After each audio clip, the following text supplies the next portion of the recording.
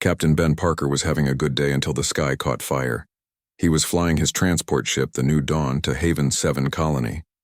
The ship was full of families going to their new homes.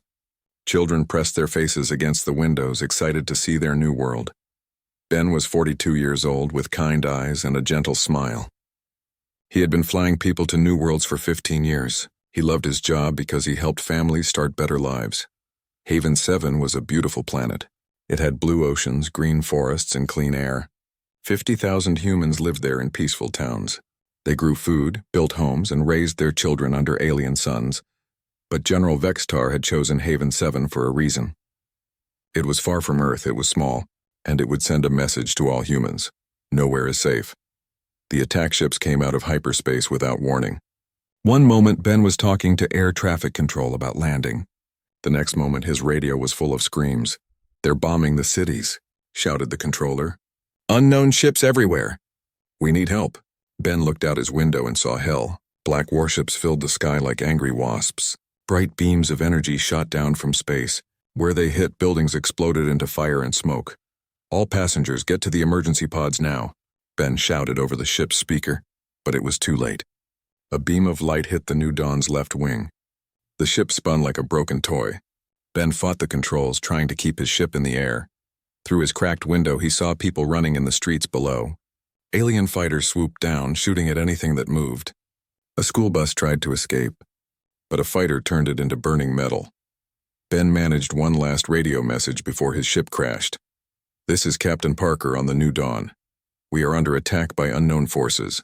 They're killing civilians. Tell Earth. Tell them to remember us." The message traveled through space at light speed. It reached Mars Command 3 hours later. Commander Kate Williams was drinking coffee when the message arrived. She was 38 years old with red hair and freckles. She had joined the Space Force to explore new worlds, not to fight wars. The recording played on her screen. She heard Ben Parker's last words. She heard the screams of dying people. She saw the pictures from Haven 7's last satellite before it was destroyed. Kate had never seen a real attack before. No human had for 1,000 years. The images made her sick. Entire cities were glass craters. Bodies lay in the streets. The beautiful planet was dying. "Get me Admiral Cole," she said with a shaking voice. "Right now." At the same time, Colonel Sam Davis was getting ready for patrol duty. He commanded a small group of old warships that watched the outer systems. The ships were ancient, but they still worked. Sam was 50 years old, a career soldier who had never fought a real enemy. His ships were the Defiant, the Guardian, and the Liberty. They were tiny compared to the old battle cruisers that slept in Earth's hidden bases. When the call came from Mars Command, Sam did not hesitate. "All ships, emergency jump to Haven 7, maximum speed." His crews were confused. They had trained for patrol duty and rescue missions, not war, but they followed their colonel into the darkness. The journey to Haven 7 took 12 hours. When they arrived, the planet was burning. General Vexitar's fleet was still in orbit, finishing their work. 40 draconian warships surrounded the planet like hunters around a wounded animal. They were taking their time, making sure every human was dead. "This is Colonel Sam Davis of the Earth Defense Force," Sam broadcast on all frequencies. "You are attacking human civilians. Withdraw immediately." The draconian ships turned toward the small human fleet. General Vextar himself answered the call. "Humans," he said in a voice like grinding metal. "You are weak. You hide for 1,000 years like scared children. Today you learn what happens to the weak." Sam looked at his 3 small ships. They were facing 40 alien warships. The enemy had better weapons, better shields, better everything. It should have been no contest. But Sam had something the aliens did not understand. He had duty. "All ships, attack formation," he ordered calmly. "We're going in." The battle lasted 20 minutes. The old human ships fought like tigers, but they were outnumbered and outgunned. The Guardian died first, exploding in a ball of white light. The Liberty lasted longer, but alien missiles finally broke through her shields. Sam's ship, the Defiant, was the last one left. Her hull was cracked, her weapons were failing, and her engines were dying. But Sam had one more thing to do. "This is Colonel Davis to Earth Command," he said into his radio. "The aliens are draconians. 40 ships, heavy weapons. They killed everyone on Haven 7, every man, woman, and child.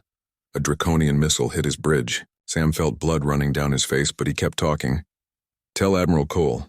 Tell him they showed no mercy. None at all. They are not soldiers. They are murderers. The Defiant exploded 3 seconds later, but her message raced through space toward Earth. On Earth, Admiral Rick Cole received Sam's final report. He sat in his office reading the words over and over. 50,000 dead on Haven 7, 3 ships destroyed. Good people murdered for no reason except alien pride. Dr. Emma Stone arrived an hour later. She was Earth's best expert on alien life. Emma was 45 years old, with gray eyes and a scientific mind. She studied the pictures from Haven 7 with the cold focus of a doctor. Draconians, she said finally. I know this species. They are warriors from the hegemony. They have conquered dozens of worlds in the last few centuries. What do they want? Asked Rick. Everything. They believe the strong should rule the weak. They probably think humans are weak because we have been quiet for so long. Rick looked at the pictures of burning cities. Children's toys lay melted in the streets. Schools were piles of rubble. Hospitals were smoking ruins. They are about to learn how wrong they are, he said quietly. On Nexus Prime, the emergency meeting had been going on for 6 hours. Representatives from 100 worlds sat in the Great Chamber, all talking at once. Ambassador Zethkai stood at his podium, trying to keep order. But nobody was listening. They were all too scared. The Draconians have done it, said the representative from the Aquari Federation. They have awakened the humans. Maybe the humans are still weak, suggested another alien. Maybe the stories are just stories. High Counselor Marthek, the oldest being in the chamber, slowly stood up. He was ancient even by alien standards, with skin like old leather and eyes like stars. When he spoke, everyone listened. I was young during the Human Corvani War, he said in a voice like wind through stones. I saw human ships fight. I saw what they could do when they were angry. The chamber became very quiet. The Corvani had the biggest fleet in the galaxy. They had weapons that could crack planets. They had never lost a war. Marthek looked around the chamber with eyes that had seen too much. The humans destroyed them in 18 months. Not defeated, destroyed. The Corvani Empire does not exist anymore. There are no Corvani left in the galaxy. He sat down slowly. The Draconians have made a terrible mistake, and we are all going to pay for it. Far away in the depths of Earth's Pacific Ocean, ancient machines were waking up. Lights turned on in tunnels that had been dark for centuries. Computers that had slept for generations began to think again. Protocol Omega was activating. The sleeping giant was opening its eyes, and it was very, very angry. The big room on Nexus Prime was full of worried aliens. Ambassador Zethkai stood at the center, his blue skin darker than usual. He was scared, and everyone could see it. The law has been the same for 3,000 years, he said in a shaky voice. Never wake the humans. Never go near their space. Never make them angry. The other aliens in the room shifted in their seats. They all knew the stories. Long ago, humans had fought a terrible war against the Corvani Empire. The humans had won, but the cost was huge. After that, they went home to their little corner of the galaxy and stayed there. But someone broke the law, Zethkai continued. Someone attacked human ships. Far away in the cold emptiness of space, Commander Jake Morrison sat in his chair on the monitoring station called Silent Watch. He did not know that alien eyes were watching him. Jake was 50 years old, with gray hair and tired eyes. He had been watching the stars for 20 years, looking for any sign of danger. Earth was quiet now. The big cities were peaceful. Children played in parks. Farmers grew food in green fields. Nobody talked about war anymore. The old warships sat in hidden bases, covered in dust and forgotten. Jake looked at his screens. Nothing moved in the darkness except distant stars. He liked it that way. Peace was good. Peace meant his daughter could grow up without fear. But peace was about to end. Captain Lisa Hayes was mining asteroids in the Kepler 442 system when she found something wrong. Her ship, the Rock Crusher, was small and old. Lisa was 35 with short brown hair and strong hands from years of hard work. What is this? She said to herself, looking at her scanner. The asteroid belt should have been full of normal rocks and ice. But her machines were finding metal. Lots of metal, and the metal was shaped wrong. Lisa flew her ship closer. What she saw made her heart race. The metal pieces were not natural. They were parts of spaceships. Human spaceships. And they were not old. Someone destroyed these ships recently, she whispered. She took pictures and samples. Then she sent a message to Earth as fast as she could. Back on Earth, Admiral Rick Cole was in his office under a mountain in Colorado. He was 70 years old, one of the last people who remembered the old war. His hair was white and his face had many lines. But his eyes were still sharp. The message from Lisa Hayes appeared on his screen. Rick read it 3 times. Then he called for his aide. "Get me the president," he said. "Right now." The aide saw the look on Rick's face and ran to make the call. Rick stared at the pictures Lisa had sent. The ship pieces were human, no doubt about it. But humans had not fought anyone for 1,000 years. So who had destroyed these ships? And why? He thought about the old treaty.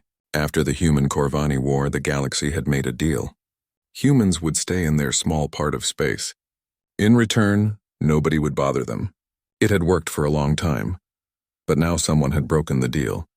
Deep in space, something was moving toward human worlds. The ships were black and silent. They did not send messages or signals. They just moved forward like hungry sharks. General Vextar stood on the command deck of his biggest warship. He was tall and covered in dark scales. His eyes glowed red in the dim light. He was a draconian, a warrior from a race that loved to fight. "The humans have been hiding for too long," he told his officers. "They are weak now, soft. We will take their worlds and make them ours." His officers nodded. They believed their general was right. Humans had not fought anyone in 1,000 years. How dangerous could they be? But Vexistar did not know about the stories the older aliens told. He did not know why the galaxy feared to wake the sleeping giant. He did not understand that humans had not grown weak during their long peace. They had grown careful. On Nexus Prime, the meeting was getting louder. Aliens from many worlds were shouting at each other. Some wanted to warn the humans. Others wanted to hide and hope for the best. "We should send ships to help them," said one alien with tentacles for arms. "No," shouted another with 4 eyes. "If we get involved, the humans might think we are enemies too." Ambassador Zethkai raised his hand for quiet. "You do not understand," he said sadly. "It is too late to help. Someone has already attacked human ships. The law is broken. The humans will wake up now whether we want them to or not." The room became very quiet. Every alien there had heard the old stories from their grandparents. Stories about human warships that could destroy planets. Stories about human soldiers who never gave up. Stories about a race that was kind to friends but terrible to enemies. "How long do we have?" asked a small, furry alien. Zethkai looked at his reports. "The attack happened 3 days ago. If the humans follow their old patterns, they will take time to plan. Maybe a few weeks, maybe less, and then we will see if the stories are true." Back on Earth, President Helen Carter sat in the White House Situation Room. She was a strong woman with gray hair and a serious face. Around the table sat the most important people in human government. Admiral Rick Cole showed them the pictures from Lisa Hayes. "Someone destroyed our ships," he said simply. "Our people are dead." The room was silent. Humans had not been attacked in over 1,000 years. "Do we know who did this?" asked the president. "Not yet, but we will find out. What do you recommend, Admiral?" Rick Cole had hoped he would never have to say these words. But duty was duty and his people were dead. "We activate Protocol Omega," he said quietly. "We wake up the fleet." Admiral Rick Cole walked into the most important room on Earth. The emergency meeting of the unified government had been called for the first time in 300 years. Presidents, prime ministers, and leaders from every human world sat around a huge table. President Helen Carter looked tired. She had not slept since the news from Haven 7 arrived. "Admiral Cole," she said, "tell us what we're facing." Rick stood at the head of the table. Behind him, a big screen showed pictures from the destroyed colony. Burned homes, empty playgrounds, silent streets. 50,000 of our people are dead, he said simply. Killed by an alien race called the Draconians. They showed no mercy to anyone. Not soldiers, not doctors, not children. The leaders around the table were quiet. Most of them had never seen war. Earth had been peaceful for so long that war seemed impossible. "What do they want?" asked the Prime Minister of Europa Colony. "Everything," said Rick. "They want to expand their empire. They think we're weak because we've been quiet for 1,000 years. Maybe we should try to talk to them," suggested another leader. "Find a peaceful solution." Rick shook his head. "They killed children, Mr. President. 3-year-old children playing in gardens. There is no talking to people who do that." President Carter stood up. "What are you asking for, Admiral?" Rick took a deep breath. He had hoped never to say these words. "I am asking for permission to activate Protocol Omega, to wake up the fleet, to show these aliens why the galaxy learned to fear us." The room was silent for a long moment. Finally, President Carter spoke. Do it. Deep beneath the Pacific Ocean, Chief Engineer Mike Ross was having the best day of his life, and also the scariest. Mike was 60 years old, with white hair and hands that knew every bolt and wire in the Neptune facility. He had spent 30 years maintaining machines that he thought would never be used again. But now the great doors were opening. Water rushed out of massive chambers. Ancient lights flickered on, and in the darkness, shapes began to move. Hull number 1 coming online, reported his assistant. Mike watched his screens with wonder and fear. That's the Retribution, he whispered. I helped build her 40 years ago. The ship was huge, bigger than anything the current human fleet had. The Retribution was 2 miles long and half a mile wide. She had been built for one purpose, to win wars. Hull number 2 online. The Vengeance, said Mike. And there's the Phoenix Rising, and the Nemesis, and he stopped counting. There were too many. These were the Titan-class dreadnoughts, ships so powerful that humans had hidden them away when the wars ended, ships that used technology the rest of the galaxy did not understand. Sir, said his assistant nervously, why did we build such big ships? We never had enemies this dangerous before. Mike smiled sadly. We didn't build them for the enemies we had, son. We built them for the enemies we might face someday. Captain Lisa Hayes was no longer a mining ship captain. Admiral Cole had promoted her to head of reconnaissance. Her job was to find out everything about the Draconians. Lisa's new ship, the Scout, was small and fast. It could hide from enemy sensors and jump away quickly if there was trouble. She had been watching Draconian space for 2 weeks now. What she found was scary. Admiral, she reported back to Earth. The Draconians have 47 star systems, maybe 200 worlds. Their main fleet has over 3,000 warships. Rick Cole listened to her report in his command center. Population? Hard to tell. Maybe 50 billion Draconians plus twice that many slave species. Slave species? Yes, sir. They conquer other races and make them work. The Draconians are the rulers. Everyone else serves them. Rick felt cold. The Draconians were not just conquerors. They were enslavers. People who treated other thinking beings like animals. Anything else? Lisa's voice was grim. They're not just expanding toward us, Admiral. They're planning to attack all human space. I found their battle plans. They want to capture our worlds and make us slaves too. Rick cut the connection and sat back in his chair. This was not just about revenge for Haven 7. This was about survival. The first new human warship to launch was the Retribution. Captain Nick Stone stood on her bridge, looking at displays he barely understood. The ship was so advanced that it seemed like magic.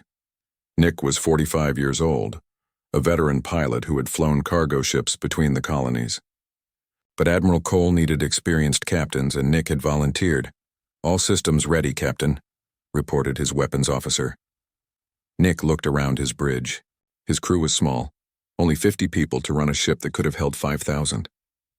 The Retribution's computers did most of the work. Take us up, he ordered. The great ship rose from the ocean like a surfacing whale. Water poured off her black hull as she climbed toward space. As she passed through the atmosphere, every radio and radar on Earth detected her, but the most important sensors were not on Earth. General Vextar was on his command ship when the report came in. General, said his intelligence officer, our spies near Earth are reporting something strange. Vexitar was looking at star maps, planning his next attack. What kind of strange? A large ship has launched from their homeworld, but it doesn't match any design in our files. Vextar turned from his maps. Show me. The image on his screen made him frown. The human ship was big, but that was not unusual. What was unusual was its shape. It looked like no ship he had ever seen. What kind of engines does it use? He asked. Unknown, sir. Our sensors can't identify the drive system. Weapons? Unknown as well. The ship's outer hull is blocking our scans. For the first time since the war began, General Vextar felt a small worry in his chest. But he pushed it away. One ship could not fight his entire fleet. Keep watching it, he ordered, and prepare the next attack wave. But he could not stop thinking about that strange ship. On Nexus Prime, the emergency session had been going on for 3 days. Aliens from across the galaxy were trying to decide what to do. Some wanted to help the humans. Some wanted to help the Draconians. Most just wanted to hide. Ambassador Zethkai had not slept since the meeting began. He kept thinking about the old stories his grandfather had told him. Stories about the last great war. "The humans are moving," reported the intelligence chief. "We're detecting new ship launches from their homeworld." "How many ships?" asked High Counselor Marthek. "We're not sure. Their technology is blocking our sensors, but at least 6 large vessels have left Earth orbit." The chamber erupted in worried chatter. 6 ships did not sound like much. But these were human ships, and everyone remembered what human ships could do. "We should send a message," said the representative from Tau Ceti. "Ask the humans to show mercy." "Mercy?" Marthek laughed bitterly. "The Draconians killed 50,000 human civilians, including children. What mercy do you think they deserve?" He stood up slowly, his ancient bones creaking. "I will tell you what will happen," he said in a voice that carried across the silent chamber. "The humans will find the Draconians. They will destroy their fleet. They will break their empire. And they will do it so completely that no one will ever think to attack humans again." "But surely they won't," began another alien. "The Draconians broke the one law of the galaxy." Marthek interrupted. "Never wake the humans. Now we will all see what happens when that law is broken." Captain Nick Stone was learning to fly the most powerful ship ever built by human hands. The Retribution could do things that should have been impossible. She could jump through hyperspace without the energy buildup that other ships needed. She could hide from sensors by bending light around her hull. Her weapons could reach across solar systems to hit targets with perfect accuracy. But the most amazing thing was her AI system. "Captain," said the ship's computer in a voice like a wise old teacher, "I am detecting Draconian scout ships at the edge of this system." Nick looked at his tactical display. Sure enough, 2 small alien ships were hiding behind an asteroid. "Can they see us?" "No, Captain. We are invisible to their sensors." "What are your orders?" Nick thought about Captain Ben Parker and his transport full of families. He thought about Colonel Sam Davis and his brave sacrifice. He thought about 50,000 dead humans who would never go home. "Destroy them," he said quietly. The Retribution fired once. A beam of pure energy crossed 3 million miles of space in an instant. The 2 Draconian ships simply vanished. "Targets eliminated," reported the computer. Nick stared at his display. The enemy ships had not even known they were under attack. "How did we do that?" he asked. "The weapon system uses focused gravitational waves," the computer explained. "The energy collapses the target into a microscopic point. Very clean, very efficient." Nick felt a chill run down his spine. He was commanding a ship that could erase other ships from existence without warning. What else could it do? He was about to find out. General Vextar received the news an hour later. 2 of his scout ships had vanished near the human system. No distress call, no debris. They were simply gone. "Equipment failure?" he asked hopefully. His aide shook his head. "Both ships at exactly the same time?" "Unlikely, General." Vextar stared at his tactical display. The humans were out there somewhere. But where? And what had happened to his scouts? For the first time in his long military career, General Vextar was afraid. Captain Nick Stone stood on the bridge of the Retribution as she dropped out of hyperspace above Sark Prime. The Draconian stronghold was supposed to be impossible to attack. It had 300 warships and 1,000 defense platforms protecting it. "Target analysis complete," said the ship's computer. "I count 287 enemy vessels and 912 defensive structures." Nick looked at the massive enemy fleet through his view screen. The Draconian ships were big and mean-looking, covered in spikes and weapon turrets. They looked like they were built for war. "They're hailing us," reported his communications officer. "Put them on screen." A Draconian general appeared on the view screen. He had red eyes and scales like black metal. When he smiled, his teeth looked like knives. "Human," the alien said. "I am General Corthax. You are brave but stupid. 1 ship against my entire fleet. Surrender now and I will make your death quick." Nick looked at the alien commander calmly. "I am Captain Stone of the Earth ship Retribution. You have 1 minute to evacuate all civilian areas of your planets. After that we begin." The Draconian general laughed. "You think 1 ship can fight 300? You humans truly are insane." 59 seconds, said Nick. The alien cut the connection. Immediately, the Draconian fleet began to move into attack formation. Energy weapons powered up. Missile tubes loaded. This would be the biggest space battle in decades. It lasted 17 minutes. The Retribution moved through the enemy fleet like a shark through minnows. Her weapons reached out and touched Draconian ships, and they simply stopped existing. Her shields turned enemy fire into harmless light. The first wave of attackers died in 90 seconds. The second wave lasted 2 minutes. By the 5th minute, half the Draconian fleet was gone. How is this possible? General Korthak screamed over the radio. What are you? Nick did not answer. He was busy watching his tactical display as enemy ships vanished one by one. The Retribution's weapons were not just powerful, they were precise. Each shot hit exactly where it was supposed to hit. Captain, said his weapons officer, the enemy is trying to ram us. Let them come. A massive Draconian battleship 10 times bigger than most human vessels charged straight at the Retribution. Its captain thought he could win by crashing into the human ship. The Retribution's point defense system activated.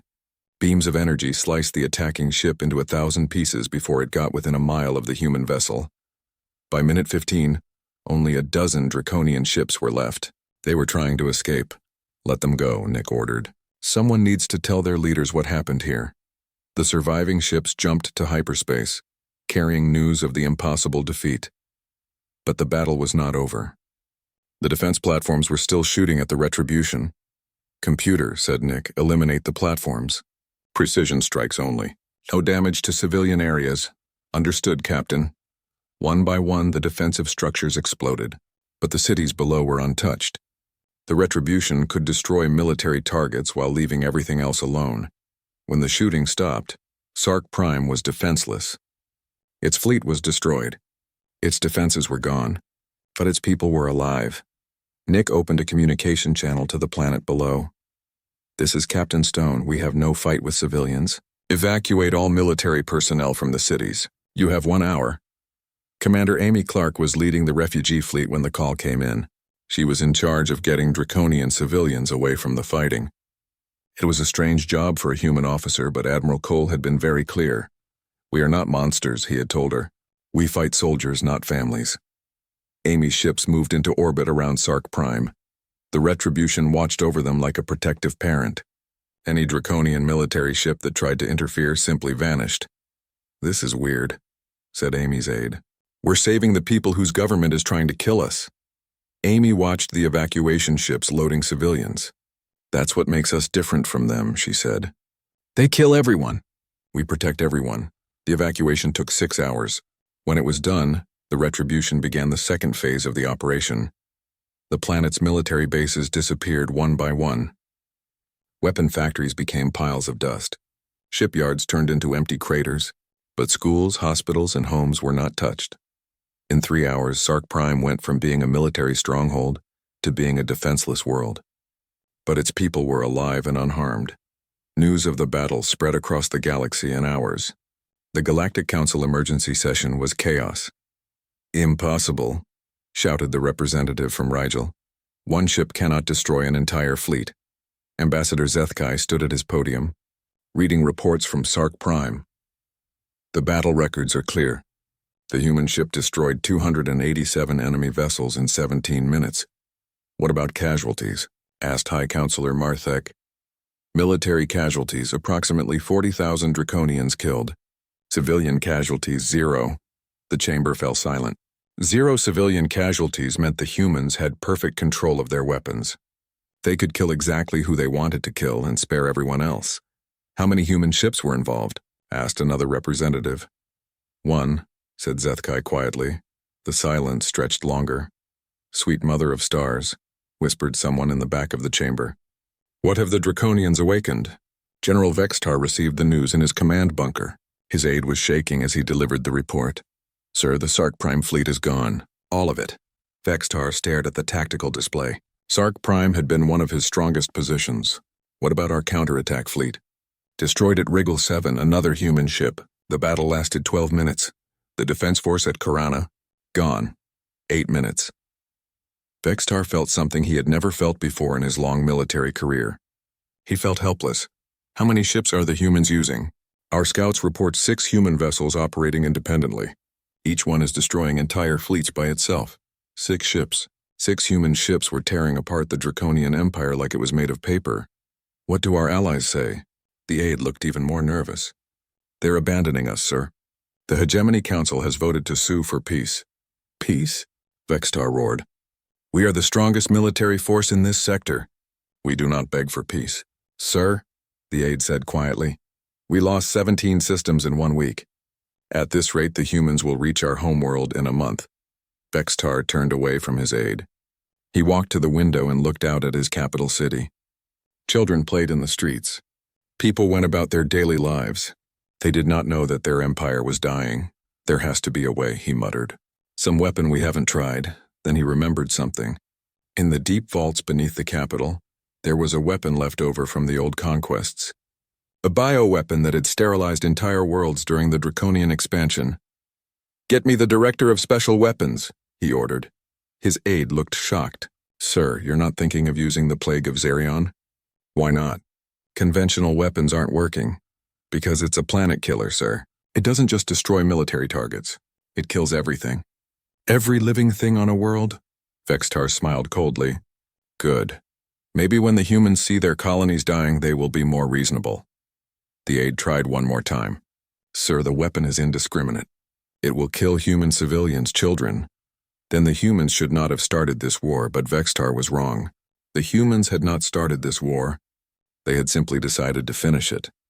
Captain Ryan Walsh was patrolling the outer colonies when the distress call came in. New Eden Colony was under attack, but not by ships, by something worse. Ryan's ship, the Guardian Angel, was one of the smaller human vessels. It was built for rescue missions, not combat. But it was fast, and it got to New Eden before any of the big warships could arrive. What he found there made him sick. The colony was dying. Not from bombs or energy weapons, but from disease. The Draconians had released a plague that attacked human DNA.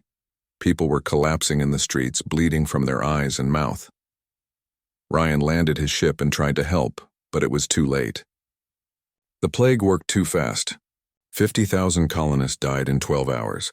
But Ryan was able to save one thing, a sample of the bioweapon. Dr. Emma Stone analyzed the plague sample in her laboratory on Earth. What she found changed everything. Admiral, she called Rick Cole on the emergency line. This isn't a new weapon. What do you mean? The plague.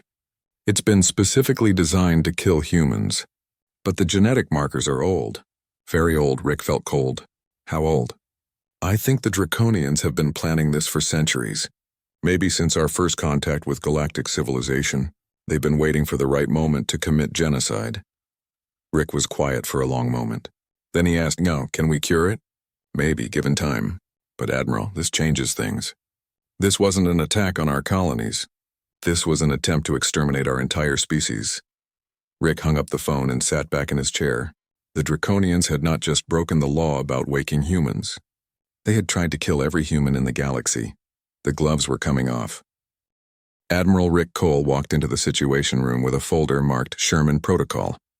President Helen Carter and the other leaders were waiting for him. They all looked tired and angry. The analysis is complete, Rick said, placing the folder on the table. The bioweapon used on New Eden was designed specifically to kill humans. But it's not new. The Draconians have been working on it for over 300 years. The room was completely silent. This means, Rick continued, that they have been planning to exterminate our species since we first met galactic civilization. The attack on Haven 7 was not the beginning of their plan. It was the end of their plan. President Carter opened the folder. Inside were pictures, genetic charts, and analysis reports. All of it proved one terrible fact. The Draconians wanted every human dead. What are you recommending, Admiral? She asked. Rick had hoped never to say these words. But 50,000 dead colonists demanded justice. Sherman Protocol. Complete destruction of the Draconian Empire's ability to make war. Forever. The leaders around the table knew what that meant. Sherman Protocol was named after an old Earth general who had said, war is hell. It meant total war against an enemy that showed no mercy. Do it, said the President Captain. Nick Stone received his new orders while orbiting the ruins of Sark Prime. When he read them, he felt a chill run through his body. Computer, he said to the Retribution's AI. Are you familiar with Sherman Protocol? Yes, Captain.